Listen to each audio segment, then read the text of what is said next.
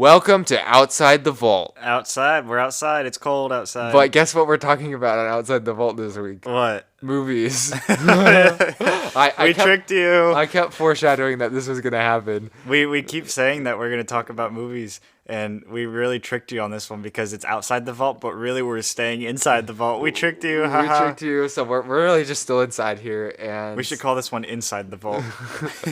Yeah, so today, it's the Christmas season now, and we haven't done a few episodes, so we want to have you guys have some content over the break. So, actually, we're recording this ahead of the break, and we don't know whether we're going to release episodes. Yeah, I it's should July say. 4th right now. So it's possible that during Christmas you might get an episode, or you might not, but we haven't really decided yet or looked at our maybe we'll schedules. give you a gift, or if you're naughty, we don't. We don't. So you might be just listening to this, or you might be listening to this after you listen to another podcast. Who knows? I do. Zach does, but he's not going to tell you. Until Christmas. You have to wait. It's a present. But each of us are doing one episode about our top 25 movies, and since I was more prepared for this, because this is like my thing. It's that his I do. thing with an A. Yeah, it's my thing. And and so I was working on my top 30 list. And Wait, I thought you said 25. Top 25. 5 honorable mentions that I'll briefly talk about. Okay. I promise. And then you're going to extensively talk about 25 The only movie of them? that's not on my list of every movie that I've ever watched in my life that I can remember is mid-90s that I just watched. Didn't make the top 30. Good movie, though. So I guess I'll just go ahead and start with my honorable mentions, right? Yes, please. So 30th, Avengers Infinity War. 29th, The Hateful Eight.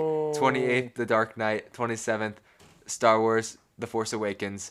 26th, Scott Pilgrim vs. the World. Okay, 4 of those big movies. Yes. Big movies. So some of these were just like I've over time kind of the big franchises have like slipped on my list, not because I don't like them. And actually this is a pretty hot take on my rankings overall that I have Star Wars The Force Awakens ranked higher than Star Wars The Empire Strikes Back. Oh my gracious. So that's a spoiler alert. Star Wars The Empire Strikes Back not on this list. So that's a whole we'd have to do a whole nother podcast on. Ben, your generation doesn't I admire. just think that Star Wars Episode 7 is the best Star Wars movie, and I will not back down on that opinion. The Dark Knight is a very popular movie that I realized has a lot more plot holes than people want to talk about. Yeah. The Joker is very good though in that movie. Very good. Heath Ledger, a legend, R.I.P. But He's legend. But we got to get into the top 25. So 25th, Spider-Man Into the Spider-Verse. Oh yes. Oh yes. Oh yes. One of the best animated movies, the best Spider-Man movie. What else? You think it's the best Spider-Man movie? The best Spider-Man. I haven't. Now, keep in mind, I haven't watched any of the Tobey Maguire Spider-Man movies. But you think it's the best Spider-Man movie? I would doubt that those are better than this. Yes. Oh wow. Okay. So Miles Morales Spider-Man, I just like him, and it's one of the best superhero movies I hope they watch. bring Miles Morales into the MCU. Yeah, that would be very cool. Especially this iteration, like a Spider-Verse type of thing. Yes. Which I think they're setting up for, anyway. Yeah. So. 24th, Captain America: The Winter Soldier. Yes, you're really taking my liking right now. That's one of Yes. my favorite movies of all time. This is currently ranked my number 1 Marvel movie. Great, so no more. So no more Marvel movies. I'm another spoiler. This is just such a because good thriller, not thriller. it's like an espionage intense, thriller that is just a little different than any other Marvel movie. It's and a lot of subtle tension. It's got the best action, I think, too. Mm-hmm. That's what of any movie in the Marvel It's a cinematic 10 choreography universe. for me. Yes. Spoiler alert. 23rd. We were talking about this movie earlier. Good Time. Oh, yeah. Well, this one is just got a lot of sentiment for Ben and I. It was our first movie that we Yes, podcasted that we did. together. And the more that I've thought about this movie, I think about this movie more than I like. I just like the acting in this movie. And I like the style of this movie. I like the characters. It's a good series of unfortunate events type movie that I just like it. I like the directing. I don't know. Zach disagrees with me on this. No. I of course, I didn't give a great review when I first reviewed it, but it's sentimentally important to me now. Yeah, but I'm saying I like it for not just I just don't like the reasons. camera angles. Yeah, okay. So if you can't handle the camera angles, probably not going to like this movie. 22nd, The Lobster.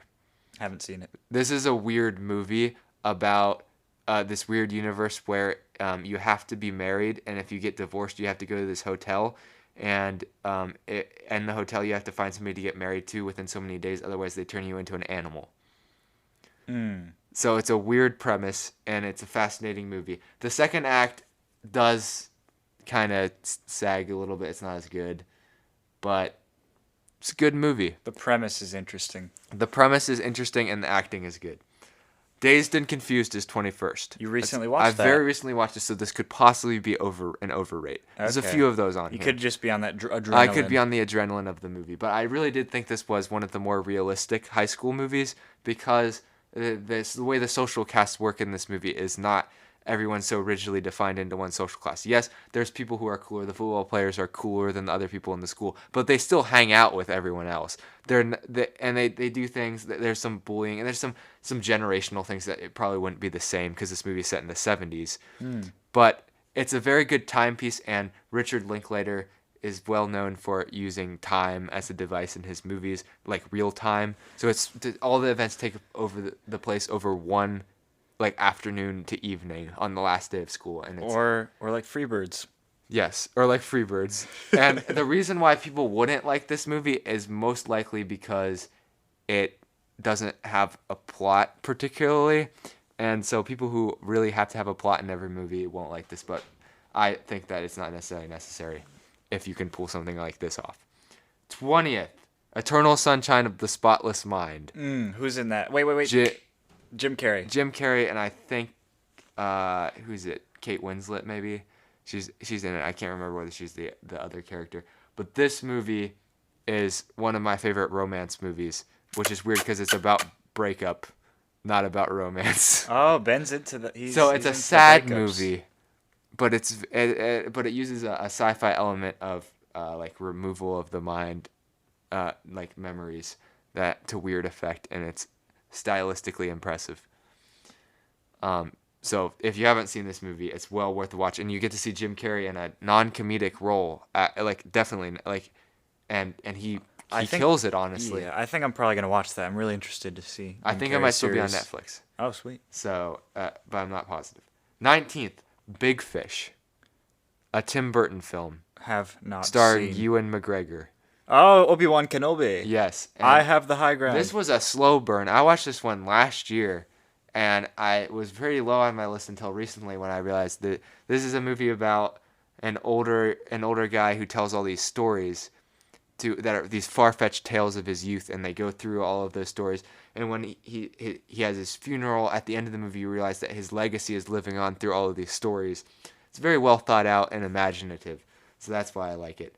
18th, Raiders of the Lost Ark. Ooh, I actually saw this one in a COVID cleaned movie theater recently. Really? Yes. Yeah, I think this is one of the best action movies ever done, probably. And and I have it ranked higher than Star Wars, so that might be a controversial opinion. Well, the practical effects in this movie are just really cool. Yeah, and Indiana Jones is just a cool character. Yeah, like Harrison it's Ford. perfect for Harrison Ford. You could say it's the same as Han Solo. It kind of is. It but, is. To great effect, as he is the unquestioned main character rather than being sort of the secondary main character. Yeah. 17th, Good Will Hunting. Oh my gosh, I love this movie. This is a great movie. This was not a movie that Ben and I watched to get because we started the podcast. We had both seen this before the podcast, right? Yeah. I And- think it was I mentioned that I watched it in class, or maybe Mr. Reader mentioned it. I don't know. Yeah, we had a teacher talk about it to us, and I think we both watched it because of that. Yeah, Yeah. it might have been that. I watched it that day that he said it. And Yeah. I remember loving that movie because was it Matt Damon and Robin Williams? Yeah. And then Is it Matt Ben Damon? Affleck's in it. Yeah, it's Matt yeah. Damon. Matt. Matt Damon and Ben Affleck famously won an Oscar for writing this movie. Actually, it was kind of what thrust them into fame. It was just insanely amazing. Yes. Very good heart. The end scene with Robin Williams and Matt Damon, a legendary scene in any movie. 16th is one that nobody's gonna know because it's a French film that I watched a dubbed English version of, but it's very good. It's called My Life as a Zucchini, and it was directed by Claude Barras. It's a claymation goodness. movie.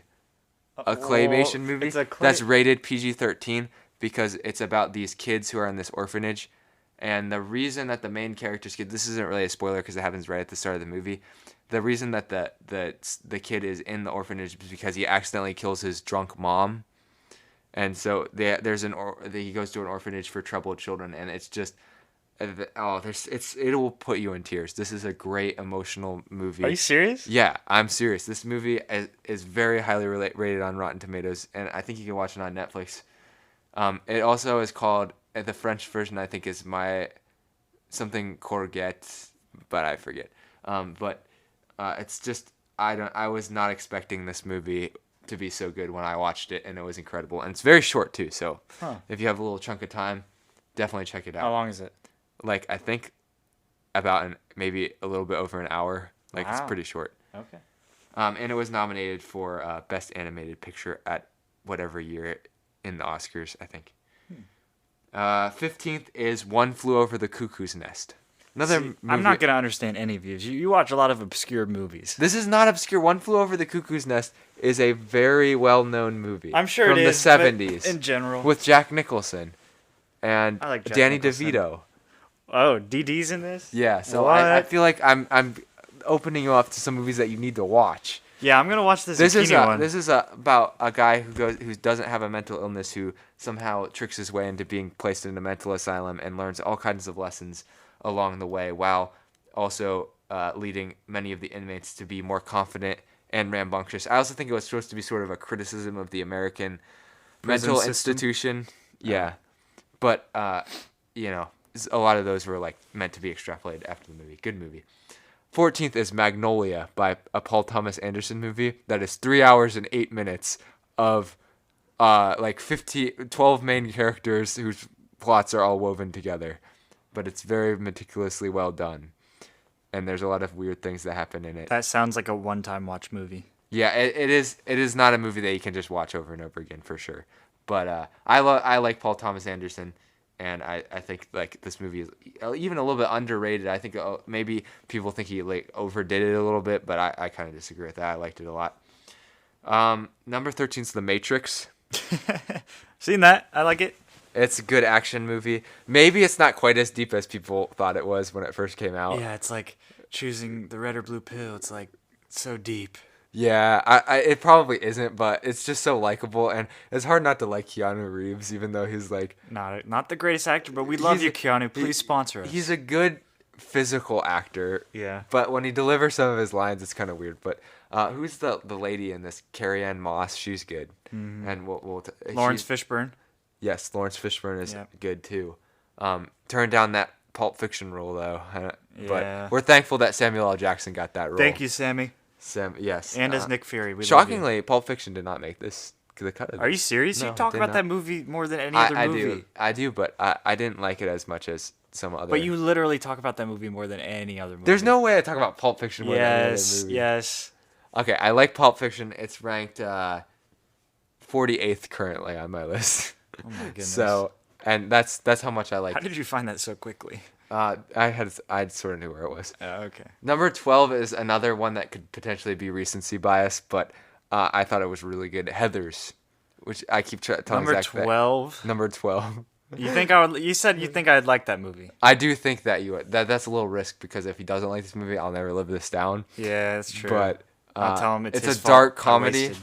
that I think I mentioned it on the podcast that we just did about planes, trains, and automobiles. It's sort of like the antithesis of a John Hughes movie, but well, maybe that's more Dazed and Confused. But regardless, it's much darker than any John Hughes movie, and maybe I will say there are things in the movie that have not aged well because of events that have happened after the movie came out, but the movie couldn't have predicted those events. So if you are sensitive to some of those things, then maybe it's not the movie for you. But if you can handle those things and understand sort of what the movie is trying to get at, then you could like it, while still laughing a little bit, because there are some funny parts. Number 11 is Rocky.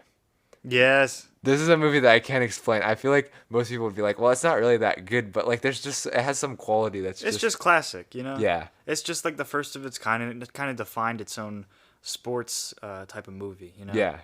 And I really think that Sylvester Stallone, who is not really well known, the fact that he wrote this movie always impresses me, because I'm like, he was like he wasn't getting any roles, and so he's like, I'm just gonna write my own movie. Like that is the American way to do things, right? I guess. Like if you're not getting it, you write it yourself. I'm you more know? of a Michael B. Jordan Creed. Well, fan. I think if you were looking at them from which one's most well done, I think you would say that Creed is better. Oh, I love But I just Creed. think there's some sort Both of of them. intangible element of the original Rocky that I just can't get enough of. I think Although he I think does- Sylvester Stallone's Yeah. acting in Creed Yeah, I was just about actually to say gets that. better. But Michael B. Jordan is also very good.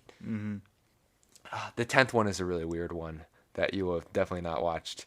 8.5, an Italian movie by by Federico Fellini, and he made this in like the 60s. It's like a surreal comedy about a director who has writer's block, and then he like you go in and out of his mind of him trying to make this movie. He's So also he like probably- cheating on his wife. He probably and then based this off he's of his cheating own off life. on his girlfriend, and his girlfriend realizes it in the middle of the movie, and it creates all these sensations. There's lots of different. There's Catholic like religion, like from it because he's from Italy, kind of woven into like how that affects. There's lots of different things. Probably things that I don't even understand because the time period and the fact that it's in a different country. But if you're interested in sort of a weird kind of out there movie, this is a movie that I feel like definitely influenced some other movies that I've watched that are more surrealist. So check out 8.5.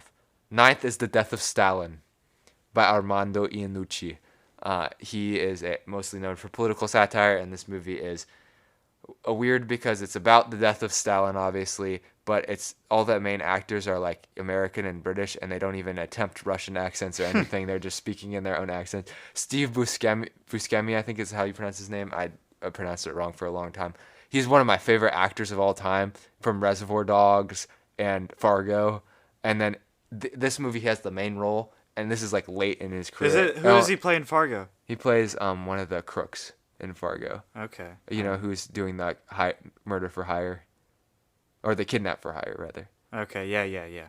I know those guys. And so this is like late in his career. Like this movie came out maybe 2-3 years ago, and he kills this role. Like it's like as the guy who takes over for Stalin eventually. That's not really a spoiler because it's actually based on real history, and it's a lot more accurate for being a comedy than you would expect. If you expect history to be a spoiler, then it's a spoiler. Yes. Number 8 is Memento by Christopher Nolan. It's good. Memory. It's maybe not quite as it's stylistically as impressive, but plot wise, it's actually not that complicated. It's just the way that it was filmed is kind of complicated. Do you think Inception's complicated? Sort of, but I don't think it's as hard to get as Tenet. Yeah, because they always make Once you jokes. get it, Everyone makes jokes that it's so complicated. Like, oh, I don't get it. I think to the average person, it's complicated.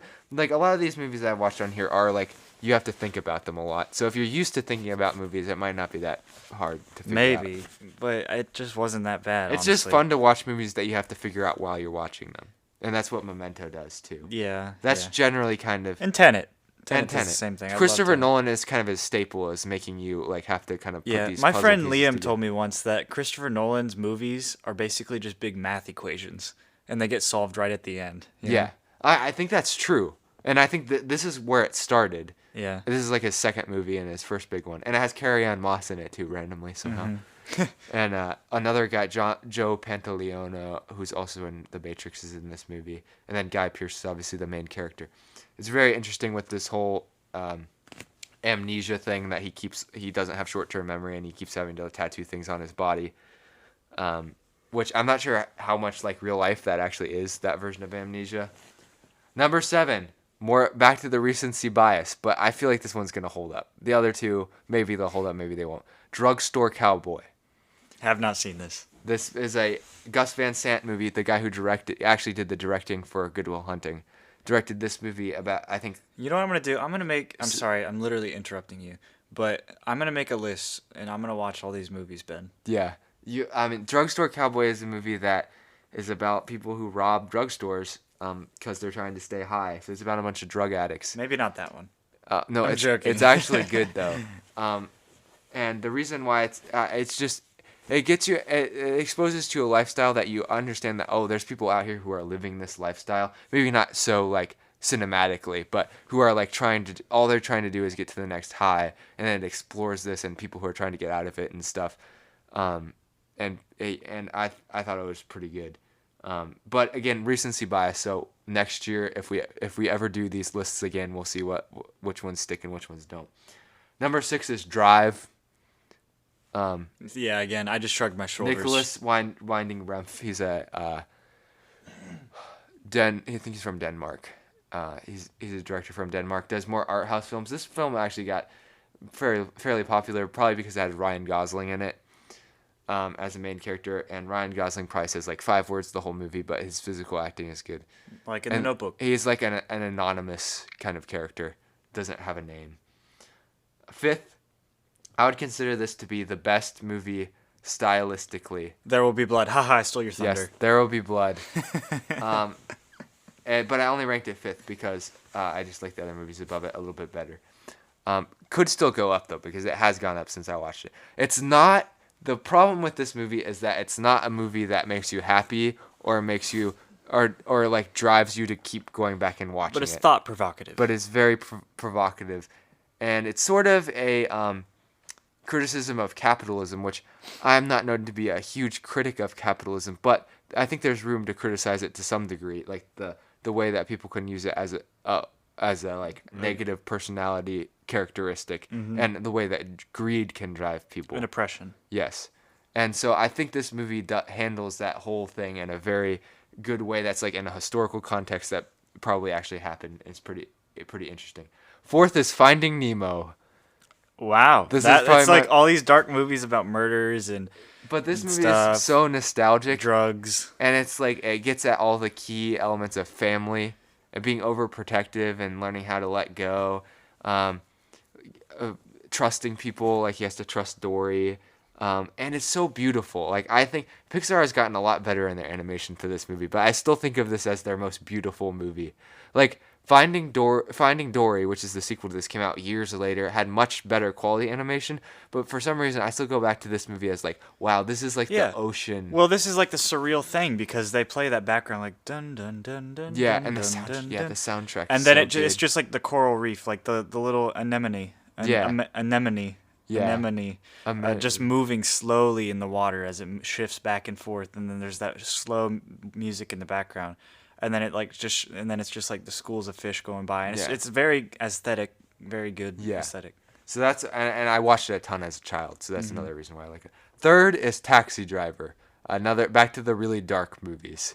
This movie probably inspired the Joker movie that came out recently, and it was one of Martin Scorsese's, who's probably one of the most successful movie directors. One of his first pieces, and it really showed how well he could explore a single character, which if you look at this list, there's a lot of movies that focus on single characters. That's kind of like what I like. Yeah. 2nd is a movie that we talk about a lot on this podcast, Donnie Darko. Yes, because we reviewed it on this podcast. Please go watch that right now. So if you want to know why we like it so much, go listen to it. But the more I watch it, the more I'm like, this movie has certain things about it that are just impressive and just draw you to it. And spoiler alert for mine, that will probably be in my top 25. Yes. And finally, number 1, surprisingly the only Quentin Tarantino movie on this list, Inglourious Basterds.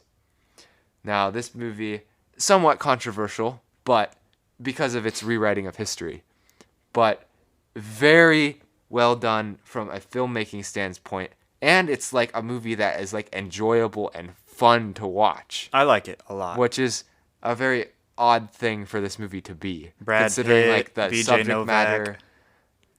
The subject matter of like Nazi Germany, and you got Brad Pitt going, "I'm Aldo Rain," and his like weird accent that some people don't like, but I love. Yeah. Maybe I just have a Brad Crushing Pitt bias. some Nazi skulls. Yep. Yep. And some people don't like the revisionist history aspect of Tarantino, but I personally like it a lot. Makes it interesting. And it makes it interesting, and because it's a familiar subject, but then familiar subjects you usually know what happens, and then unfamiliar subjects you're not as interested or invested in. But it's a familiar subject that you don't know what's going to happen. And it's sort of a war film that breaks a lot of the stereotypes of war films. But it's also sort of not a war film because it focuses on a lot of things. Well, it's centered around war, but it's not just troops and stuff. There's other characters. Yeah. But that is my current ranking of my top 25 movies. And we're coming in right about 25 minutes at the moment. So. Yes, but we're still in the vault, so it's not going to take us very long to close this up. Yeah. To wrap this thing up. So if you disagree with my list or think that any of the picks were awful or want to complain about my thoughts on Star Wars because I feel like that will be like the hottest takes. Then please come to Ben's house and beat him up personally. Yes. All right. And with that, I think we're done. I think the vault's already closed. So see you guys. We'll see you again for Zach's list. Bye.